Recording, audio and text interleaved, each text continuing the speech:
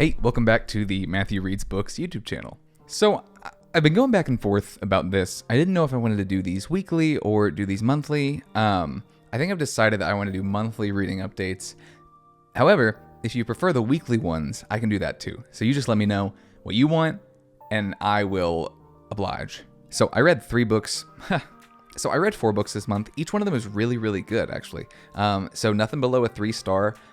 So I was really thankful to end the year on a good reading month because I've had some bad ones this month or this year. So I am very thankful. So let's go through everything that we've got here. So the first book I want to go over is the one I maybe like the least, which is On Writing by Stephen King. This was a great book. I have really nothing bad to say about it. The only thing that was hard for me was I wanted more of the memoir bit.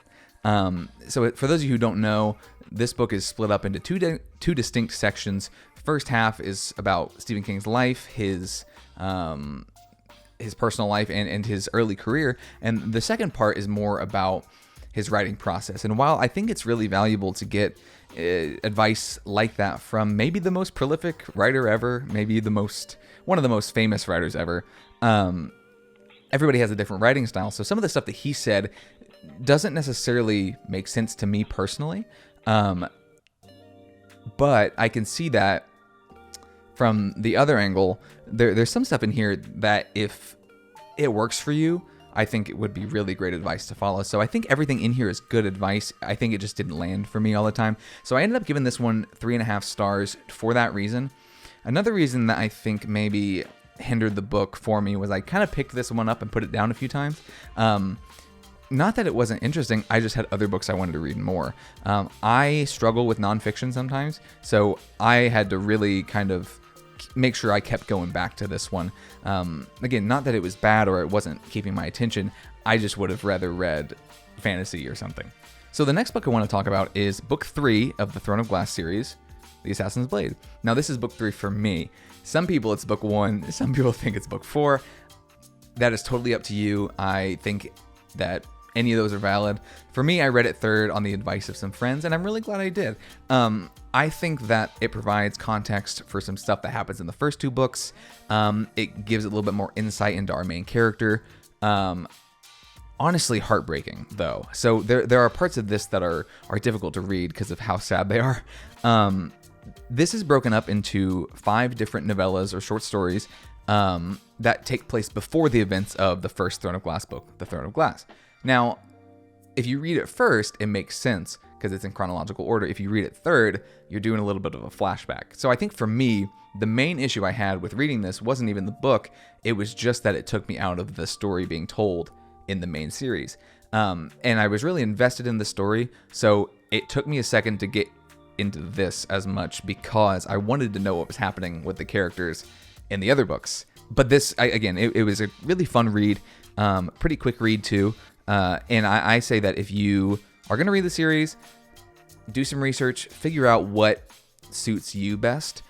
For me, again, I'm glad I read it where I did, but I could totally see it being a good thing to read first. So the last 2 books are both 5 stars.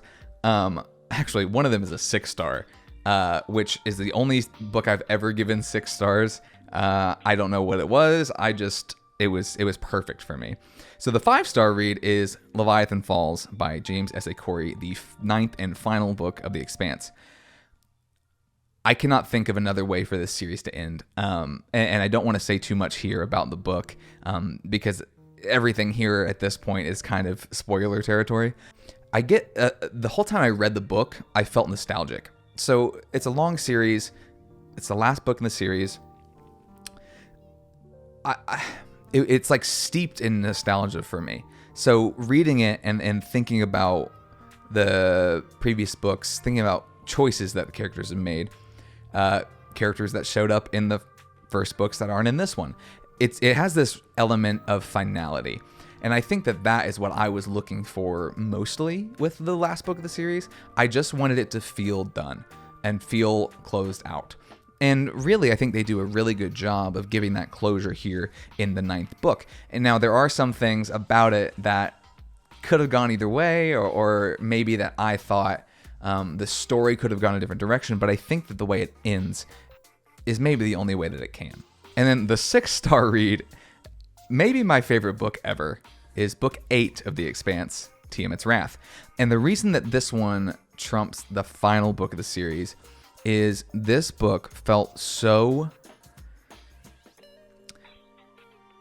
The reason for me that this trumps the last book of the series is there are moments in this book that I literally like gasped and let out sighs of relief and cried. I went through every possible emotion that you could feel reading a book when I read this book. And for me, a lot of times that's what elevates a book maybe above another one, is how did it make me feel? And Tiamat's Wrath, you know that the series is going to end in the next one, and this one does a really good job of setting up the ending. And I think that reading through it and having the image in your mind about, okay, the series is about to end, something's got to give here. And some stuff does give, and some stuff breaks and bends, and it really is a good penultimate story that doesn't... I don't know. It doesn't give you too much as far as, okay, what's the next story going to be about? So I really enjoyed this. And if you for some reason stopped at book 7 of The Expanse, just take this as a sign that you need to read book 8 and 9.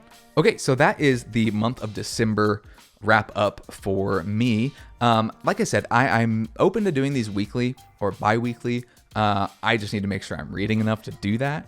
So if you prefer a bi-weekly system or a weekly thing, let me know. I can do whatever you guys want to see. So just leave a comment. Also, while you're here, I have to say it. If you want to like the video and subscribe to the channel, that would be awesome. Anyway, I will see you guys in the next one.